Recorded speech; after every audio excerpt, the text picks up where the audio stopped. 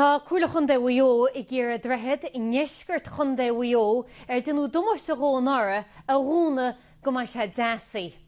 While daoine sin inne le haibbrich na cuala chunda a stoppa ón Droichead a rúna Droichead a Gleann Tréig san cantar le chunda na Gaillimhe. An Droichead seo an ceangal idir Gaile agus Muo. Bhí Droichead in seo I riamh agus cúdú ceann nuaisteach copta blianachain ach duine dumáisteach go bhfuair drochhilte in nora. Inis tá comhairle chunda uio I gcearra an Droichead seo a rúna a feadh 2 bliain le go gcuir siad cuiéir ach níl muointe na háite róthásta faoi seo. Gleann Tréig a gunda na Gaillimhe tá ó thuaidh an Droichead agus tá muintear Gleann Tréig a gúsáid an Droichead seo le blianta.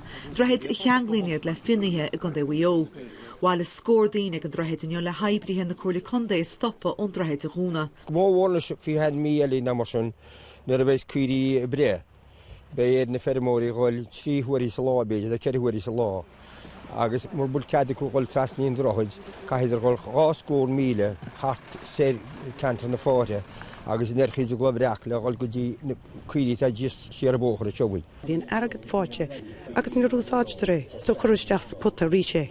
So tá sé deachar glór an targad áil chun rudí seach dhéanú agus chun é dal res puta agus ála dé so caihí comhairle chunda uio an íireachta dhéanú inis chun an Droichead éisiú.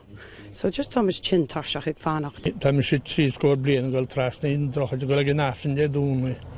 Bhí Droichead sin an le céad bliain tá an práiste lig mar déchas tá a úsáid.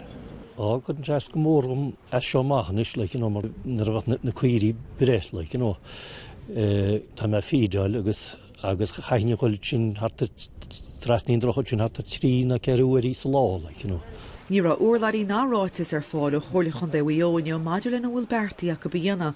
Inis is nach bhfuil muointe na háite sásta cad a thuirtgóib an Droichead a rúna. Sin a dí neachta Nuacht TG4 I bhinithe I gunda uio.